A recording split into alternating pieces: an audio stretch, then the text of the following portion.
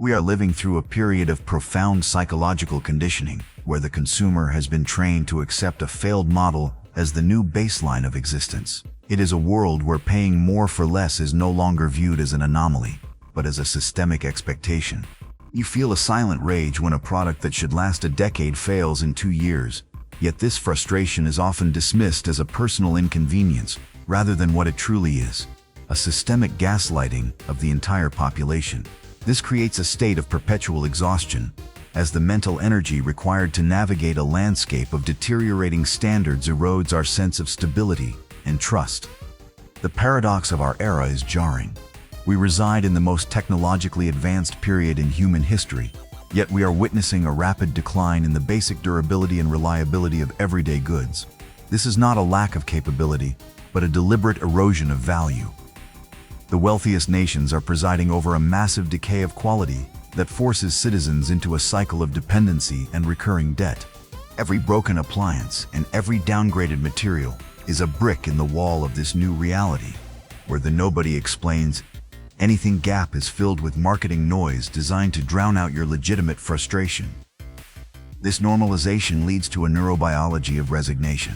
When every market promise eventually reveals itself to be a deception, the human response is a psychological shutdown, a total distrust in the very institutions meant to protect the consumer. We have moved from being owners of assets to being victims of a broken system that prioritizes the velocity of consumption over the integrity of the product. This first step in our investigation is to validate that your feeling of being cheated is not a delusion. It is the rational response to a reality that has been fundamentally broken by design. Beyond the visible rise in prices, a more insidious mechanism is at work: skimpflation. This is the anatomy of the ingredient swap, where global corporations covertly reduce the quality of inputs, from food additives to industrial components, while maintaining the same premium price point. This invisible theft is hidden behind a clean label smokescreen, where minimalist aesthetics and marketing buzzwords are used to disguise the structural corruption of cheaper, less effective manufacturing processes. You are paying for the brand, while the actual value of the product is being hollowed out from the inside. The incentives of our disposable economy reward this behavior. Corporations are now engineering products to fail just after the warranty expires, ensuring an unstable future for the consumer who must constantly budget for replacements. When we analyze this shift, we see that products as assets have been replaced by products as consumables, creating a massive invisible inflation in the true cost of living. It is a yield gap in reliability. You are purchasing the same brand name, but you are receiving a fraction of the utility for the same amount of real-world labor.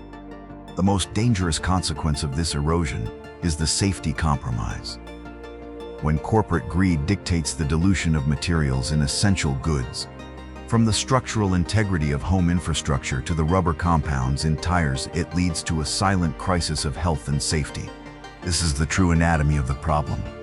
A system where the pursuit of quarterly margins justifies the degradation of the very things our lives depend on. We are trading long-term human impact for short-term financial gain, leaving the public to navigate a world where the floor of quality is constantly sinking. The most common advice given to frustrated consumers is to just buy a better brand. But this ignores the revelation that most competing labels are actually owned by the same price-controlling monopolies, eliminating any incentive for quality. The illusion of competition has removed the pressure to excel, as there is no longer a small, high-quality competitor to challenge the status quo. This dismantling of the middle tier has created a vacuum of excellence, leaving you with no exit from the scam. You are forced to choose between disposable junk or overpriced luxury items that often share the same inferior internal components. In this system, technical authority has been replaced by ad spend. Marketing budgets have become the primary driver of corporate success, creating a system where the perception of value is far more profitable than value itself. Corporations have realized it is cheaper to convince you that a product is premium than to actually build it to a premium standard. This market capture ensures that no matter which logo you choose, your money ends up in the same few reservoirs of capital that benefit from the decline of standards.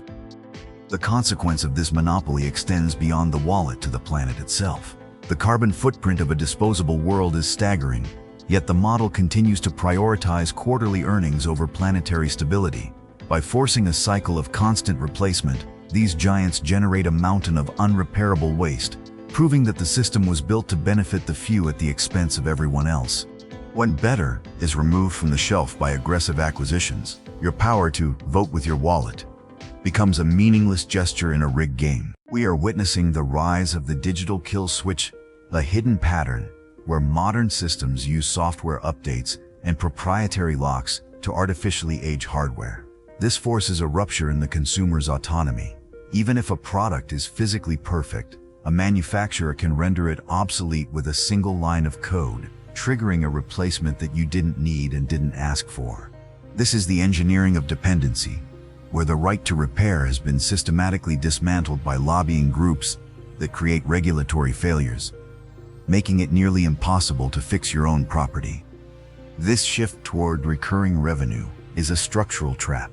Corporations now value subscription models over one-time sales because it creates a mechanism where you never truly own what you pay for. You become a permanent tenant in your own life, paying a premium just to keep your existing devices functional. This creates a psychological weight of fragility. Living in an environment where everything is prone to collapse triggers constant economic pressure and erodes social trust. You can no longer rely on your tools, which means you can no longer rely on your own self-sufficiency. A case study in planned obsolescence reveals that this decline is not a technical limitation, but a political decision. When we contrast modern electronics with mid-20th century engineering, the drop in longevity is glaring. We have the scientific knowledge to build things that last for decades, but the mechanism of the modern economy treats durability as a threat to growth. By ensuring that products cannot be repaired, the system cements a state of dependency that strips the individual of their agency, transforming the act of ownership into a never-ending cycle of financial extraction. The market of extraction stands in sharp contrast to nations with strict durability mandates, revealing that our silent crisis is a deliberate policy choice. Certain regions are often used as a testing ground for greed, where corporations push the limits of quality degradation to see how much the consumer will tolerate. We are treated as the cash cow for a failed model, while other regions enjoy protections that prevent this level of exploitation. This international contrast exposes the connection between government and corporations that keeps the public in a state of abandonment.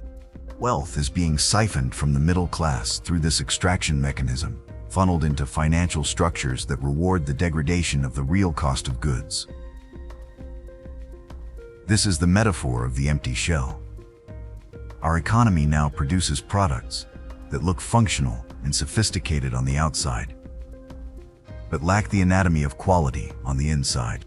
It is a hollow prosperity, built on the appearance of abundance while the actual value of our possessions continues to erode.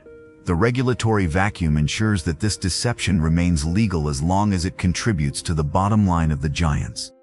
This global arbitrage of quality means that corporations can export inferiority to wherever the laws are weakest. By creating a world where no one is held accountable for the human impact of a broken system, these giants have created a form of corporate sovereignty that exists above the law.